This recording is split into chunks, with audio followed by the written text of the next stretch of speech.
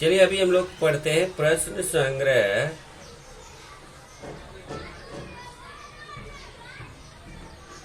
प्रश्न संग्रह 12.1 इसके प्रश्न करेंगे। इसमें पहला प्रश्न देखते हैं क्या है। प्रश्न एक क्या है।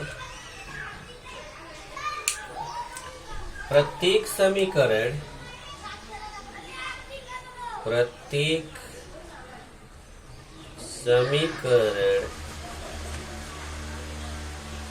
के बाद चर के लिए प्रत्येक समीकरण के बाद चर के लिए दिया गया मान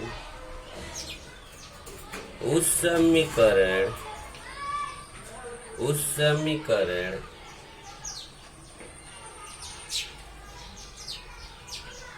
का हल है क्या। का हल है क्या।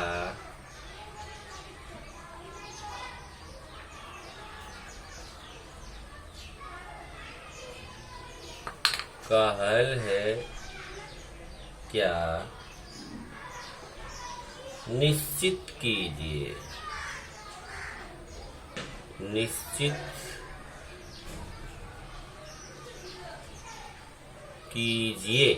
ये प्रश्न। अब इसको हम लोग हल करेंगे, लेकिन इसमें पहला प्रश्न लेते हैं। सबसे पहले देखिए क्वेश्चन है x-4 = 3 और यहाँ दिया है x = -1 7 अब देखिए क्या क्वेश्चन में करना है। ऐसे कुल 3 प्रश्न आपको करने हैं। 4 प्रश्न आपकी बुक में दिया पर एक चौथा कट है। ये 3 प्रश्न आपको करना है। तो पहला प्रश्न ध्यान से देखिए। एक समीकरण है x + x-4 = 3। हमें क्वेश्चन क्या है कि जो x-4 = 3 है, इसमें x = -1 x = 7 x = -7 ऐसे x के 3 मान दिए। देखिए x का -1 या फिर x का मान 7 या x का -7।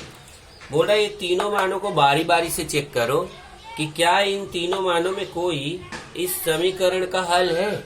कैसे पता चलेगा, मैंने अभी समझाया आपको कि इन तीनों मानों को इसमें रख के चेक करेंगे x की जगह पे। अगर ये बायां पक्ष मतलब बराबर के पहले जो है उसको बायां पक्ष बोलते हैं, बराबर के बाद को दायां पक्ष बोलते हैं। अगर बराबर के पहले वाला मान बराबर के बाद वाले मान के बराबर आ जाएगा तो वह समीकरण का हल है।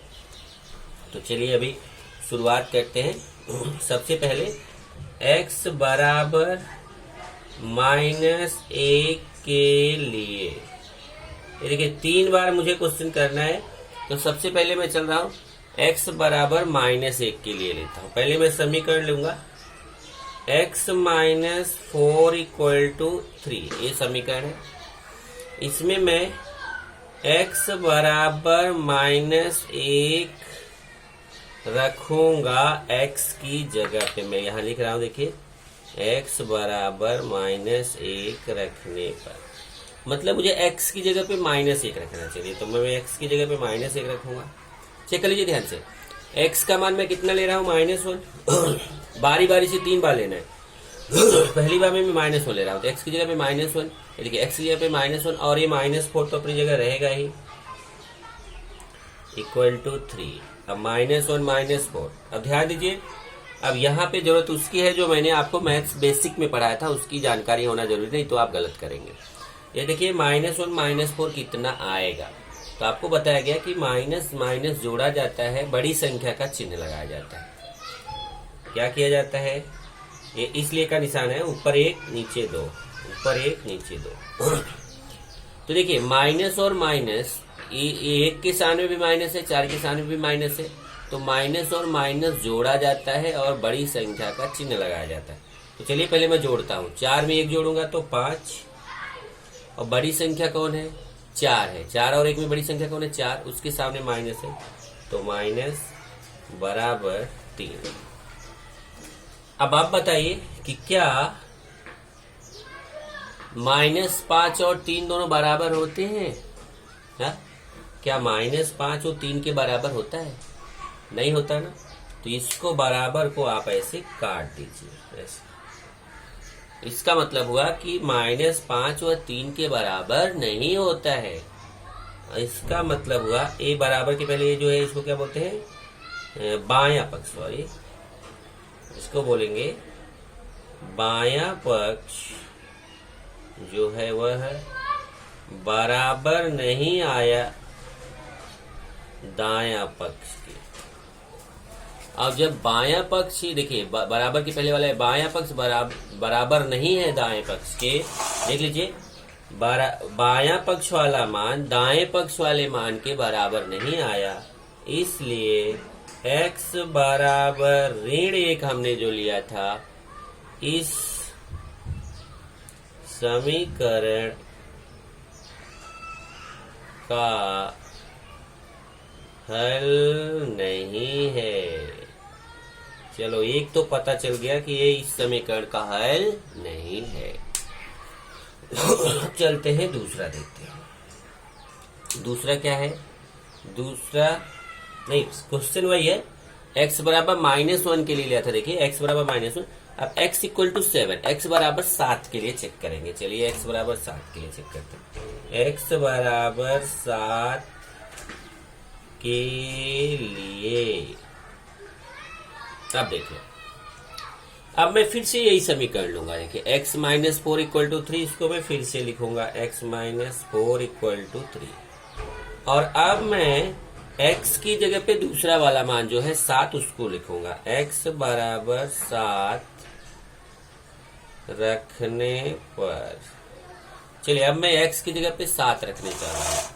यहाँ x की जगह पे मैं लिखूंगा 7। देख लीजिए, x की जगह पे 7 ऋण 4 बराबर 3। क्या किया हमने? x का मान कितना ले लिया? x का मान 7 ले लिया। ध्यान से देखिए, पहले ये समीकरण को लिख लिया, उसमें x का मान, अब दूसरा मान कितना है? 7, तो हमें x की जगह पे मैंने 7 लिख दिया। ऋण 4 बराबर 3। अब 7 में से 4 गया तो कितना है? यहाँ पे देखिए, 7 के सामने यहाँ प्लस चिन्ह छिपा हुआ, 4 के सामने माइनस, तो प्लस और माइनस घटाया जाता है। तो 7 में से 4 घटाएंगे तो कितना आएगा? 3। और बड़ी संख्या 7 के सामने प्लस है तो यहाँ प्लस लगाया जाएगा, तो प्लस यहाँ छिपा रहता है। 3 बराबर 3, तो 7 में से 4 गया 3 और ये 3। ये देखिए 3 बराबर 3, हाँ 3 3 के बराबर तो होता है। तो इसका मतलब यहाँ पर जो बायां पक्ष है वह बराबर आ गया दायां पक्ष के। और जब बायां और दायां दोनों बराबर आ गया, इसका मतलब x बराबर जो 7 लिया हमने, इस समीकरण का हल है। x बराबर 7 इस समीकरण का हल है।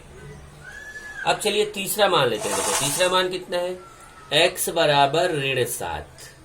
अब देखो यही समीकरण लिया, एक बार x बराबर ऋण 1 रखा तो पता चला कि इस समीकरण का हल नहीं है। फिर x बराबर 7 रखा तो पता चला इस समीकरण का हल है।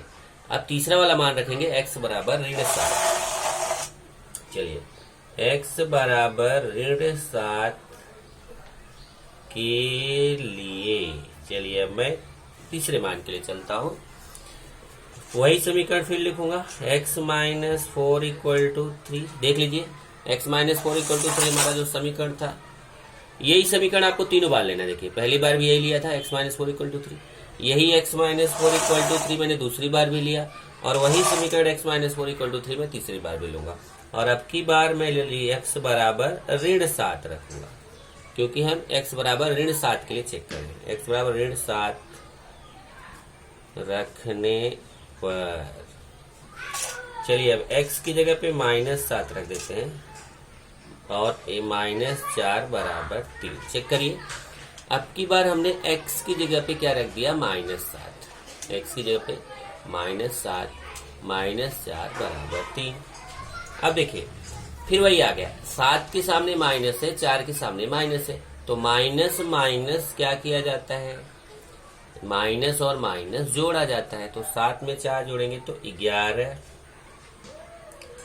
देखिए 7 में 4 जोड़ेंगे तो क्या आएगा? 11। और बड़ी संख्या का चिन्ह लगाया जाता है। 7 में माइनस, 7 और 4 में बड़ा कौन है? 7 बड़ा, उसके सामने माइनस है तो माइनस बराबर 3। अब आप बताइए क्या -11 3 के बराबर होता है? क्या -11 जो है 3 के बराबर होता है? नहीं होता है। तो यहाँ देखिए, यहाँ पे भी ऐसे काट देंगे बराबर को, मतलब यहाँ क्या बता दिया कि -11 3 के बराबर नहीं होता है। इसका मतलब हुआ कि बायां पक्ष जो है वह बराबर नहीं आया दायां पक्ष के, और जब बायां पक्ष दाएं पक्ष के बराबर नहीं आया, इसलिए x बराबर -7 इस समीकरण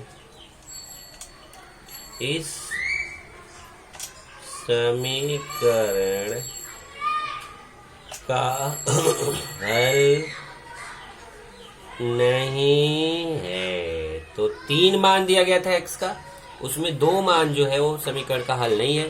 केवल एक ही x बराबर 7 जो है इस समीकरण का हल है, क्योंकि इससे बायां और दायां दोनों ही संख्याएं समान आ जाती है, जबकि देखिए इसमें दोनों संख्याएं समान नहीं आ रही है। तो जिसमें बाएं वाली संख्या दाएं वाली संख्या के समान न आए तो समीकरण का हल नहीं है। अगर बाएं वाली संख्या दाएं वाली संख्या के समान आ जाए तो समीकरण का हल है। इस तरीके से आपका हमने प्रश्न संख्या 12.1 का पहले का पहला किया। अब अगले क्वेश्चन में अगले वीडियो में बताता हूँ।